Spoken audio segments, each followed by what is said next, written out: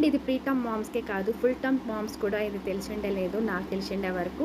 So కొంతమందికి తెలిసిండొచ్చు, కొంతమందికి తెలిసిండకపోయిండొచ్చు.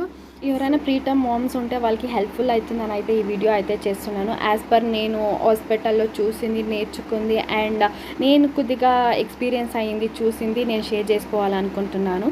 మనం ప్రీ టర్మ్ బేబీ అనే కొద్దిగా ఎప్పుడు భయపడకూడదు. బికాజ్ మన బేబీ కొద్దిగా వెయిట్ తక్కువగా పుట్టింది అంతే, బిఫోర్ డెలివరీ డేట్ కన్నా ముందే పుట్టింది, ఇంకేమీ లేదు. సో వెయిట్ తక్కువ ఉంది కాబట్టి వెయిట్ ప్రాపర్గా పెరుగుతుందా లేదా, గ్రోత్ ప్రాపర్గా ఉందా లేదా, యాక్టివిటీస్ కరెక్ట్గా ఉందా లేదా అన్నీ చూసుకోవాలన్నమాట, ఇంకేమీ లేదు. సో ఇక్కడైతే డైలీ బేబీ ఫీడింగ్ ఎంత తీసుకుంటుంది, ఎన్ని టైమ్స్ తీసుకుంటుంది అండ్ యూరిన్ బాగా పాస్ చేస్తుందా లేదా, మోషన్ కరెక్ట్గా పోతుందా లేదా అని కూడా చూసుకోవాలి. ఫీడింగ్ ఇక్కడ డేకి ఎనీ టైం తీసుకుంటా ఉంది, అది జీర్ణం అవుతుందా, ఎనీ టైమ్స్ వామిటింగ్ అవుతా ఉంది అని అయితే చూసుకోవాలా.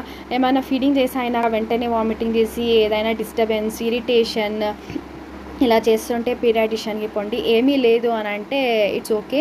ఆఫ్టర్ ఫీడింగ్ అయ్యాక బర్ప్ అయితే ఖచ్చితంగా చేయాలి, బికాజ్ అది అప్పుడు జీర్ణం అవుతుంది. ఏదైనా గ్యాస్ ఫార్మేషన్ అయ్యింటే అది బయటకు వచ్చేస్తుంది కాబట్టి వామిటింగ్ ఇలాంటిదంతా కొంచెం కంట్రోల్ అవుతుంది. కాబట్టి ఆఫ్టర్ ఫీడింగ్ అయ్యాక స్ట్రైట్ పొజిషన్ అయితే బేబీని పెట్టుకుంటే ఏమైనా కంటిన్యూస్గా బేబీ ఒక 2-3 టైమ్స్ వామిటింగ్ చేసుకుంటుంది పర్ డే అన్నప్పుడు బేబీని స్ట్రైట్ పొజిషన్ పెట్టినప్పుడు ఈ వామిటింగ్స్ అలా అవాయిడ్ అవుతుంది అనమాట.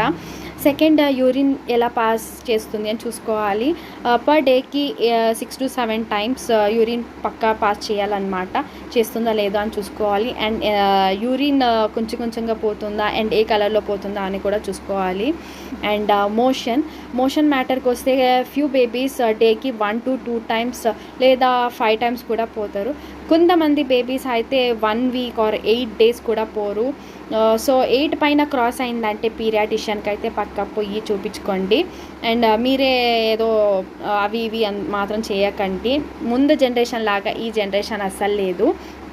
అండ్ బేబీ ఏడుస్తుంది మోషన్ పోకుండా అని ఏదో గ్రైక్ వాటర్ ఇవ్వడం అవంతా పిచ్చ పనులు చేయకండి. Please go to paediatrician. అది వేరే ఏమైనా అయ్యిండొచ్చు కూడా.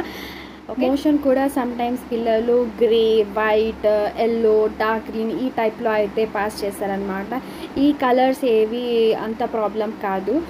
బేబీ ఇన్ కేస్ రెడ్గా పోతుంది అనే టైంలో అయితే మనం పీడియాట్రిషియన్కి కలవాలి. సో బేబీ చాలా వాటరీగా పోతుంది మోషన్స్ అన్నప్పుడు కూడా పీడియాట్రిషియన్ని కలవండి. అండ్ టూ హార్డ్ కూడా ఉండకూడదు, అది బేబీకి పెయిన్ అనిపిస్తుంది కాబట్టి ఇది కూడా పీడియాట్రిషియన్కి చెప్పాలి. అండ్ ఇవంతా మనం చూసుకుంటే పర్ డేకి ప్రాపర్గా మనం మిల్క్ తీసుకుంటుంది, ప్రాపర్గా డైజెషన్ అవుతూ ఉంది, ప్రాపర్గా స్లీప్ చేస్తూ ఉంది, యూరిన్ కూడా ప్రాపర్గా చేస్తూ ఉంది, మోషన్ కూడా ప్రాపర్గా ఉంది, యాక్టివిటీస్ అంతా కరెక్ట్గా ఉందంటే మీరు అన్నీ కరెక్ట్గా ఫాలో అవుతున్నారనమాట. బేబీ కూడా హెల్తీగా గ్రోత్ అవుతుందన్నమాట. ఇవంతా మీరు ఇట్లుంది అనేసి అని కేర్లెస్ మాత్రం చేయకూడదు. బికాజ్ మనం బేబీ వెయిట్ ఎంత గ్రోత్ అవుతుందో లేదా అని చూసుకోవాలి. కాబట్టి 15 డేస్కి వన్స్ పీడియాట్రిషియన్ దగ్గర పోయి వెయిట్ చెక్ చేసుకొని రండి. అండ్ డాక్టర్ కూడా చూసి ఏమీ లేదు అంటే డాక్టర్ కూడా ఏది ఛార్జ్ చేయరు, మీకు ఫ్రీగా అయితేనే కన్సల్ట్ చేస్తారు. అండ్ ఇక్కడ నాకు తెలిసిన ప్రకారం ఏమంటే యాజ్ పర్ పీడియాట్రిషియన్ చెప్పింది ఏమంటే బేబీ పర్ డేకి అయితే 20-30 గ్రామ్స్ అయితే గ్రోత్ అవ్వాలన్నమాట. సో ఇలా అయితే పీడియాట్రిషియన్ చూసుకొని పర్ ఇయర్కి 6 kg అయితే గ్రోత్ అవ్వాలి. ఏముంది మన డెలివరీ టైంలో బేబీ వెయిట్ ఏముందో అక్కడ ఇంకా క్యాలిక్యులేట్ చేస్తారు.